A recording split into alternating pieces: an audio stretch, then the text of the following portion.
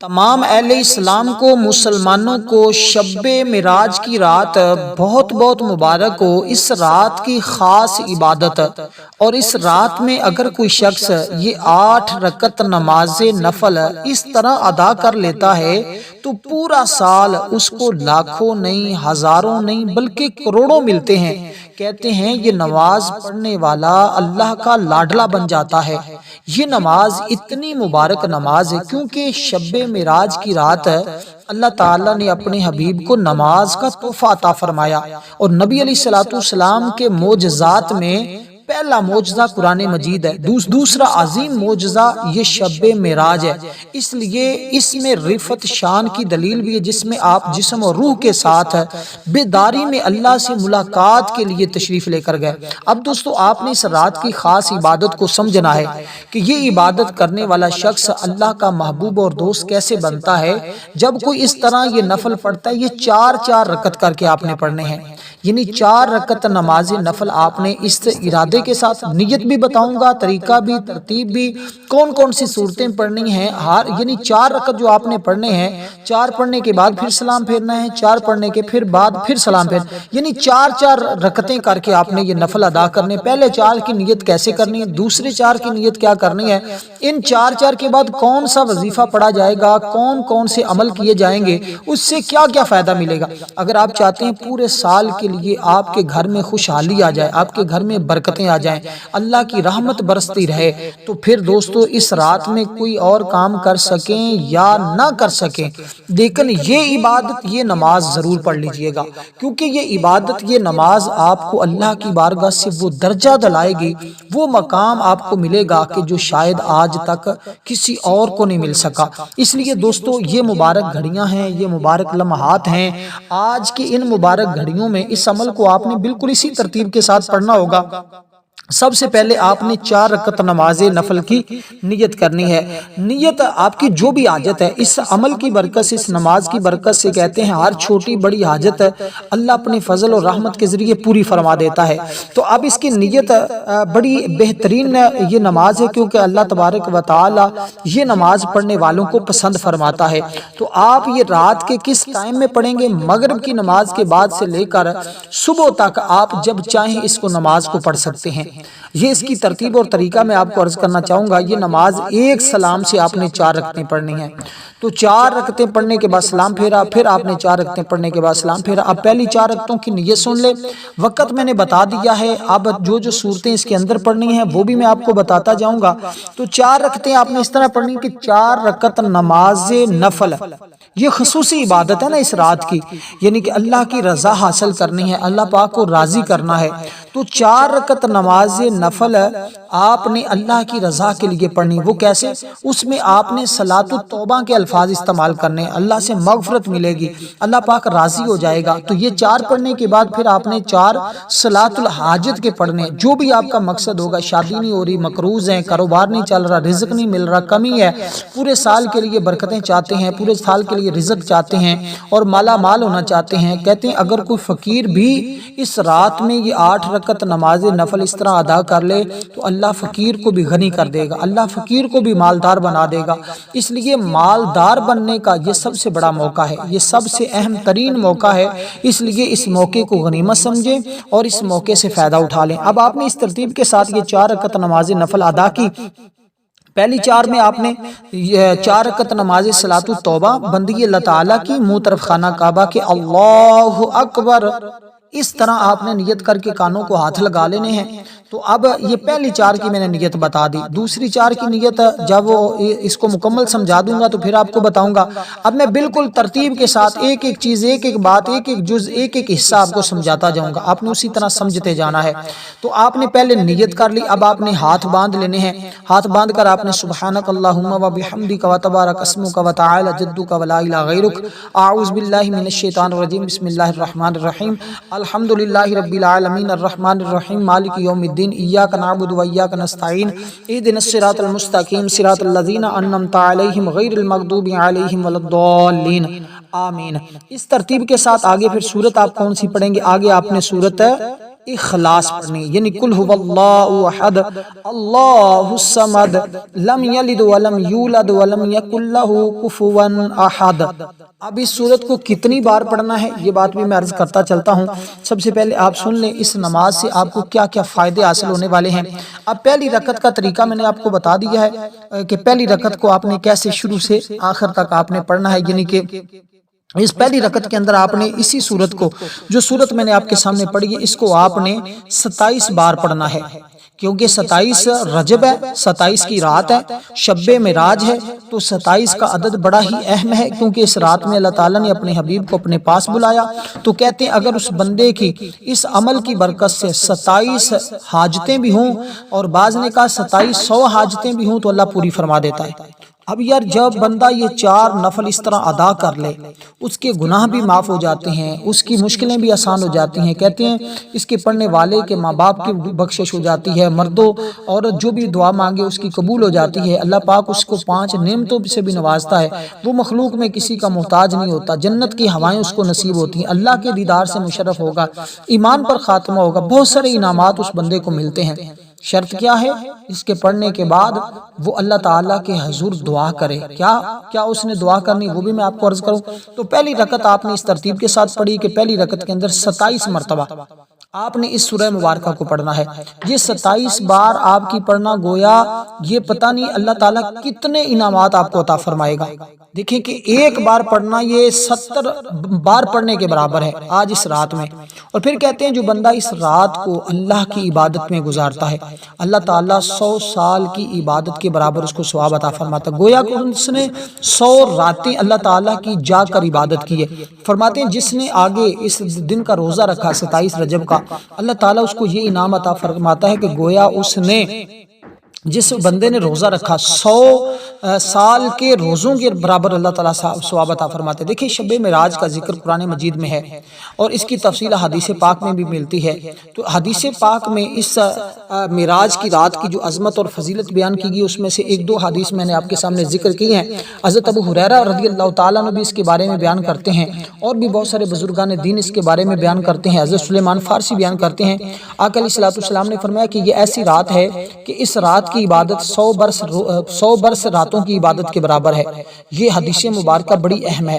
اور پھر فرمایا 60 مہینوں کی عبادت کے برابر اس کو ثواب ملتا ہے جو بندہ اس رات میں اللہ کی عبادت کرتا ہے، ذکر و اذکار کرتا ہے۔ دیکھیں اللہ تعالیٰ نے چند راتیں سال کے اندر ایسی بنائی ہیں کہ جن کی عبادت انسان کو وہ درجہ وہ مقام دلاتی ہے جو عام راتیں نہیں دلاتی، اس لیے اس رات کو باقی راتوں کی طرح غفلت میں سستی میں نہ گزاریے گا، اس ترتیب کے ساتھ ان نوافل کو پڑھ کر اللہ کی رضا اور اس کی بندگی حاصل کر لیجیے گا۔ اب جیسے آپ نے پہلی رکعت پڑھی ہے نا، دوسری رکعت میں بھی آپ نے سورۃ الفاتحہ اور اس سورہ مبارکہ کو 27 بار پڑھنا ہے۔ اس کے بعد آپ نے تشہد بیٹھنا ہے، تشہد مکمل یوم یقوم الحساب تک پڑھنا ہے۔ پھر آپ نے تیسری رکعت کے لیے کھڑے ہونا ہے، تو آپ نے سبحانک اللہ پڑھنی ہے، سورۃ الفاتحہ پڑھنی ہے، آگے یہی سورۃ اخلاص کو آپ نے 27 بار پڑھنا ہے۔ اسی طرح پھر چوتھی رکعت کے لیے کھڑے ہونا ہے، آپ نے سورۃ الفاتحہ پڑھنی، آگے یہ سورہ مبارکہ سورۃ اخلاص کو پڑھنا ہے، اس کے بعد آپ نے تشہد پڑھنا ہے، اور پھر اس کے بعد سلام پھیر دینا ہے۔ 4 رکعتیں آپ کی مکمل ہوگی۔ ان 4 رکعتوں کے بعد جو وظیفہ جو عمل آپ نے پڑھنا ہے وہ ذرا سن لیجئے گا۔ اب اس میں کیا مشکل ہے، میں نے ایک چیز ایک بات ایک ترتیب آپ کو سمجھائی ہے، اور وہ بھی جلدی سپیڈ میں سمجھائیے تاکہ آپ کا بھی وقت بچے، میرا بھی وقت بچے، میں بھی اس رات کے انتظار میں ہوں۔ ہر کوئی اس رات کے انتظار میں، ہر کوئی شاید چاہتا ہے مجھے اس رات کی برکتیں مل جائیں، ہر کوئی چاہتا ہے مجھے عظمت اور فضیلت حاصل ہو جائے۔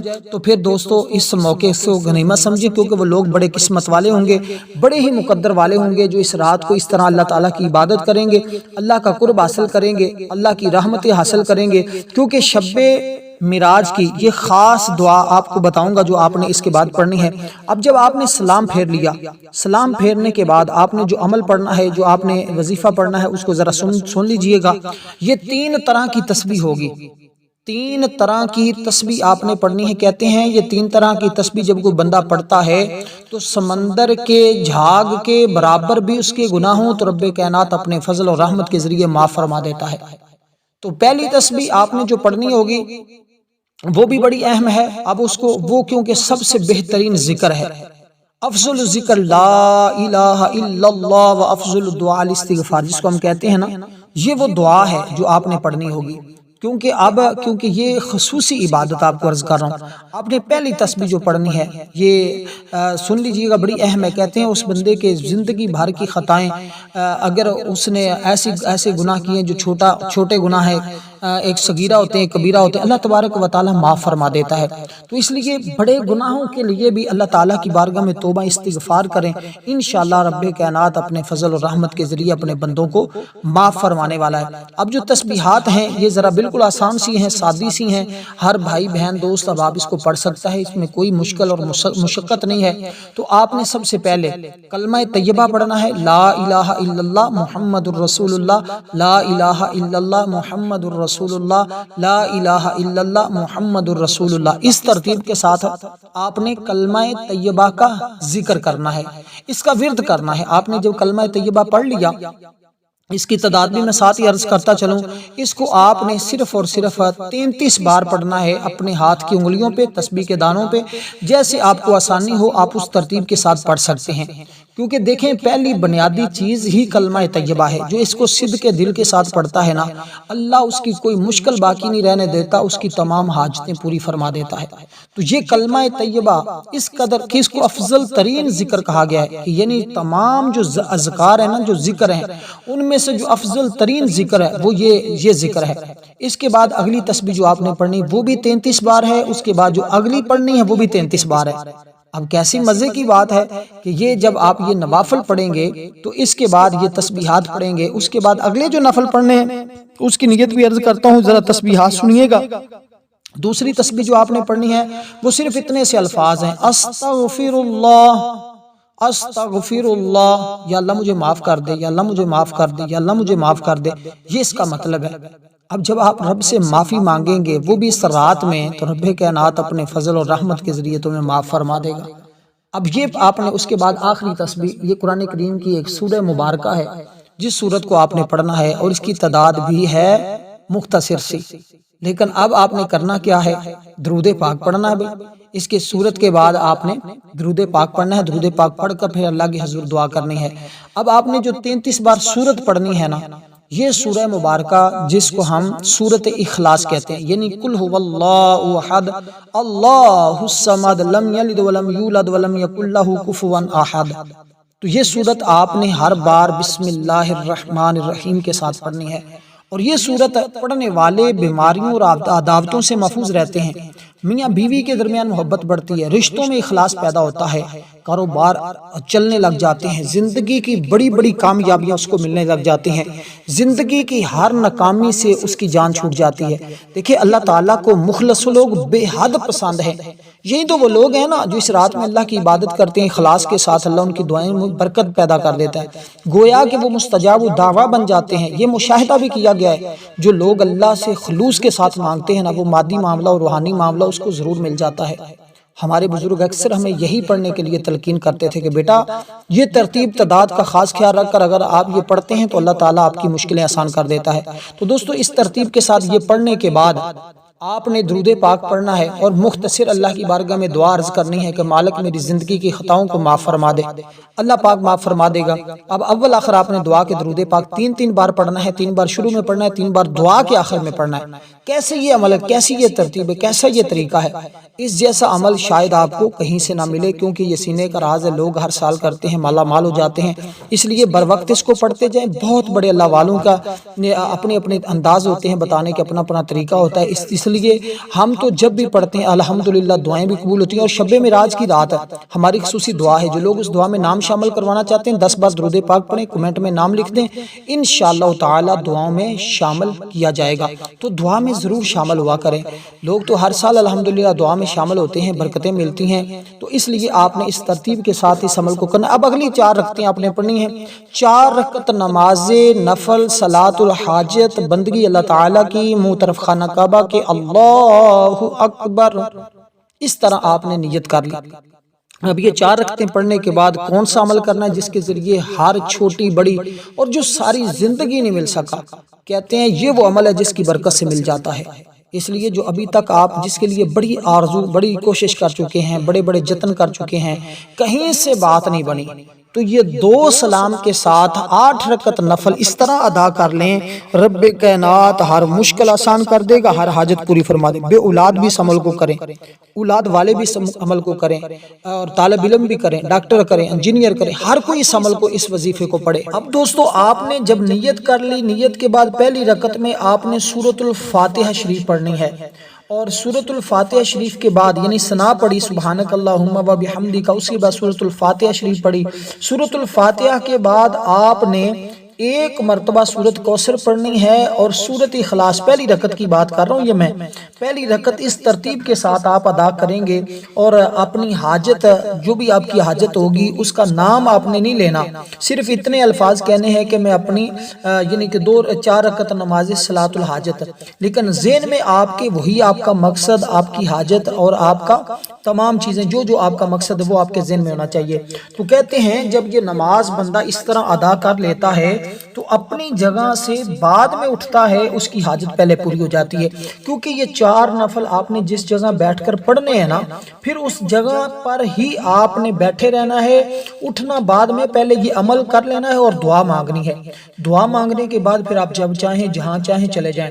اب یہ پوری رات کے اندر آپ جب جس وقت چاہیں آپ کر سکتے، اس میں کوئی شرط نہیں ہے کہ رات 12 بجے پڑھیں گے یا 1 بجے پڑھیں گے یا 2 بجے، مغرب کے بعد سے لے کر آپ پوری رات میں جب چاہیں آپ یہ نوافل پڑھ سکتے ہیں۔ تو ان نوافل کا طریقہ یہی ہوگا جو میں آپ کے سامنے عرض کیا ہے۔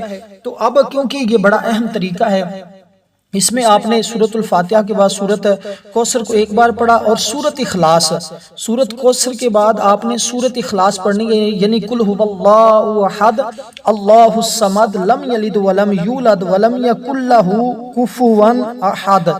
تو یہ سورہ مبارکہ آپ نے اس کے بعد پڑھنی ہے۔ دیکھیں یہ ماہ رجب کا مہینہ، پھر یہ شب معراج کی رات، یہ قسمت والوں کو ملتی ہے، اس میں کوئی شک نہیں ہے کہ جو شخص کہتا ہے نا کہ مجھے اس کی برکتیں حاصل ہوں، مجھے اس مہینے کی برکتیں حاصل ہوں، اور مجھے جو ہے وہ تمام حاجتیں اور تمام مشکلیں میری حل ہو جائیں، تو اس کے لیے یہ بڑا بہترین موقع ہے، اور بڑا ہی بہترین اس کے لیے یہ لمحات ہیں، بڑا ہی وہ اس کے ذریعے شادی، رزق، رکاوٹیں، پریشانیاں ختم کروانے کے لیے اس عمل کو پڑھتا ہے۔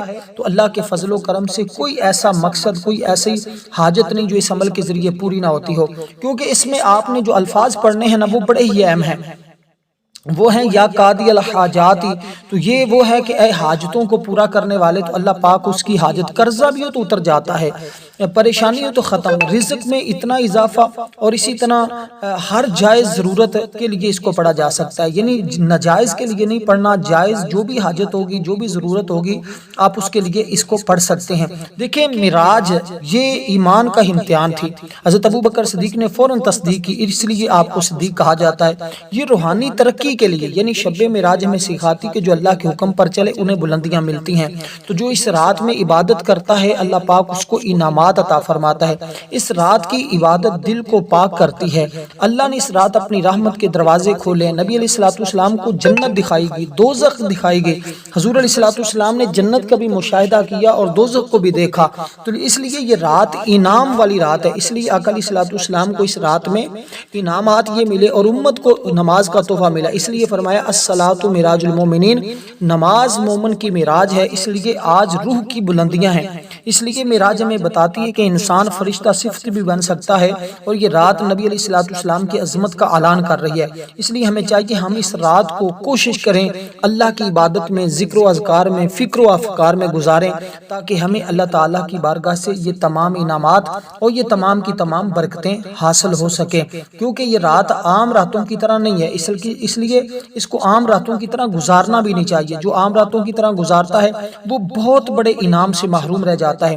اب آپ نے اسی ترتیب کے ساتھ جیسے پہلی رکعت آپ نے پڑھی ہے نا کہ سورۃ اخلاص کو 3 بار پڑھنا ہے، یہ 3 بار ایسے ہے کہ گویا آپ نے پہلی رکعت کے اندر پورا قرآن پڑھ لیا ہے، تو آپ نے پہلی رکعت کے اندر جیسے پڑھی ہے سورۃ الکوثر، اس کے بعد سورۃ اخلاص آپ نے پڑھی 3 مرتبہ، اس طرح آپ دوسری رکعت میں آپ نے سورۃ الفاتحہ، اس کے بعد سورۃ کوثر 1 مرتبہ اور سورۃ اخلاص 3 مرتبہ، چاروں رکعتوں میں آپ نے یہی ترتیب رکھنی ہے، یہ صلاۃ الحاجت بتا رہا ہوں، ٹھیک ہے، چاروں رکعتوں میں آپ نے بالکل سیم سورۃ الفاتحہ ایک مرتبہ، سورۃ کوثر ایک مرتبہ، سورۃ اخلاص 3 مرتبہ، یہی ترتیب آپ نے رکھنی ہے۔ اس ترتیب کے ساتھ آپ نے چاروں رکعتوں کو مکمل کرنا ہے۔ باقی آپ کو طریقہ پتہ ہی ہے کہ جیسے نفل نماز پڑھتے ہیں اسی طرح ہی نفل پڑھنی ہے، لیکن صرف صورتوں کی تعداد میں جو ترتیب بتائی ہے، پہلے جو صورت بتائی اس کو پہلے، جو بعد میں اس کو بعد میں، اور اسی طرح جو تعداد بتائی ہے اسی تعداد کے برابر ہی آپ نے پڑھنی ہوگی۔ تو اس میں کوئی مشکل نہیں، پھر بھی کسی بات کی سمجھ نہ آئے تو آپ ضرور پوچھیں، انشاءاللہ آپ کی رہنمائی کی جائے گی۔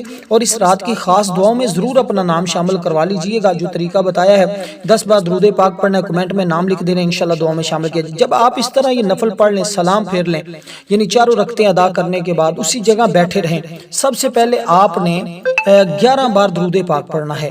درود ابراہیم جو ہم نماز کے اندر پڑھتے ہیں، یہ درود پاک آپ نے پڑھنا ہے۔ اس کے بعد آپ نے یہ چند ایک تسبیحات پڑھنی ہیں تاکہ اللہ تبارک و تعالی آپ کو اس قدر مالا مال فرمائے، اس قدر آپ کے رزق میں وسعت ہو، اس قدر آپ کو پاکیزگی ملے، اور اس قدر آپ کو انعامات ملے، جیسے انعامات کی آپ خواہش کرتے ہیں، جیسے انعامات آپ حاصل کرنا چاہتے ہیں۔ اب پہلی تسبیح جو آپ نے پڑھنی ہے، اس کے ذریعے اللہ تعالیٰ تمہاری تمام راہیں کھول دے گا۔ اس میں 2 اسم مبارک ہے، دونوں کو اکٹھا ملا کر ایک تصور کرنا ہے۔ اور یہ اسماء مبارکہ اتنے کمال کے ہیں، جیسے آپ کہیں گے یا فتاح یا وہاب، اے کھولنے والے، اے بہت زیادہ دینے والے۔ ان دونوں اسماء کا مطلب یہ ہے، لیکن اکٹھا پڑھیں گے آپ، یا فتاح یا وہاب 1 مرتبہ، یا فتاح یا وہاب 2 مرتبہ۔ اس ترتیب کے ساتھ آپ نے ان اسماء مبارکہ کو پڑھتے جانا ہے۔ تعداد کیا ہے وہ میں آگے چل کر عرض کرتا ہوں۔ یہ پہلی تسبیح درود پاک کے بعد آپ نے یہ پہلی تسبیح پڑھنی، اس کو مطلب کہ آپ نے دونوں اسماء مبارکہ کو اکٹھا ملا کر ایک تصور کرنا ہے اور 100 بار پڑھنا ہے۔ اس کے بعد دوسری تسبیح، صرف 2 تسبیحیں آپ نے پڑھنی ہیں۔ اس کے بعد آپ نے اللہ تعالیٰ کی بارگاہ میں اپنی حاجت طلب کر لینی ہے، یعنی دعا کرنی ہے۔ دعا میں جو چیزیں سکھائی جائیں آپ نے بالکل وہی پڑھنی ہے۔ 3 مرتبہ آپ نے اللہ تعالیٰ کی بارگاہ میں حاجت طلب کرنی ہے، اور جن الفاظ سے کہوں ان سے طلب کرنی ہے۔ انشاءاللہ تعالیٰ دنیا کا کوئی ایسا مقصد، دنیا کی کوئی ایسی حاجت ان نوافل کے بعد ایسی ہو ہی نہیں سکتا کہ پوری نہ ہو۔ بہرحال اخلاص شرط ہے، تو آپ اخلاص سے نیت کے ساتھ اس کو پڑھیں، یقین کامل کے ساتھ پڑھیں، کامیابی تمہارے قدم چومے گی۔ اب آپ نے جو اگلی تسبیح پڑھنی ہے اس کی تعداد بھی پوری 100 مرتبہ ہے، یعنی یہ 2 تسبیحاں آپ نے 100 بار پڑھنی ہے، اور اس کے بعد آپ نے درود پاک پڑھ کر دعا مانگنی ہے۔ اب اس تسبیح مبارک کا مطلب دیکھیے نا، اس کا مطلب ہے اے تمام حاجتیں پوری کرنے والے اللہ، یعنی یہ اللہ تعالیٰ کی وہ مبارک صفت ہے جو بندے کی ہر ضرورت، ہر پریشانی، یعنی ہر ضرورت کو پورا کرتی ہے، ہر پریشانی کو دور کرتی ہے، اور ہر خواہش کو پورا کرنے پر قادر ہے۔ اللہ پاک اس کے ذریعے دیکھیں قرآن مجید میں خود ارشاد فرماتا ہے مجھ سے دعا کرو میں قبول کروں گا، اور یہی وہ کلمات کی حقیقت ہے کہ جب کوئی بندہ یہ پڑھتا ہے کوئی حاجت چھوٹی نہیں ہے، اللہ ہر حاجت پوری کرتا ہے، چاہے رزق ہو، صحت ہو یا اولاد ہو۔ حضرت یعقوب علیہ السلام نے اللہ تعالیٰ سے دعا مانگی، حضرت زکریا نے اللہ سے دعا مانگی، حضرت ایوب علیہ السلام، سب نے اللہ کو حاجت کے لیے پکارا ہے۔ حضرت زکریا کی دعا دیکھیے نا کیا تھی، اللہ نے بڑھاپے میں اولاد دی، تو انہوں نے بھی، یہ اللہ تعالیٰ کی شان ہے، یہ اللہ تعالیٰ کی عظمت ہے، وہ بیماروں کو شفا دے دیتا ہے، یہ اللہ کی قدرت ہے۔ اللہ فرماتا ہے زمین میں کوئی جاندار ایسا نہیں ہے جس کا رزق میرے ذمہ نہ ہو، یعنی ساری کائنات میں جو بھی مخلوق ہے سب کا رزق اللہ کے ذمہ ہے۔ جب بندہ یقین سے پکارتا ہے اللہ ضرور عطا کرتا ہے۔ تو یہ کلمات پڑھنے سے دروازے کھل جاتے ہیں، تو اس لیے نماز کے بعد ہمیشہ یہ دعا مانگنی چاہیے۔ ویسے تو آج بڑی اہم رات ہے اور بڑا اہم دن ہے، اس میں تو اس کو ضرور مانگنا چاہیے، لیکن اس کے علاوہ بھی اگر اس کو آپ نماز کے بعد پڑھتے ہیں تو کوئی بھی نماز کے بعد مانگی ہوئی دعا رد نہیں ہوتی۔ پریشانیوں میں ہمیشہ اللہ کو پکارنا چاہیے، تو یہ اللہ کو پکارنے کی علامت ہے۔ یہ ذکر پڑھنے سے ہر قسم کی تنگیاں ختم ہوتی ہیں، اللہ قرض اتارنے کے بھی اسباب پیدا کر دیتا ہے۔ تو یہ کلمات ہیں یا قاضی الحاجاتی، یا قاضی الحاجاتی، یہ الفاظ آپ نے پڑھنے۔ والسلام ورحمۃ اللہ وبرکاتہ۔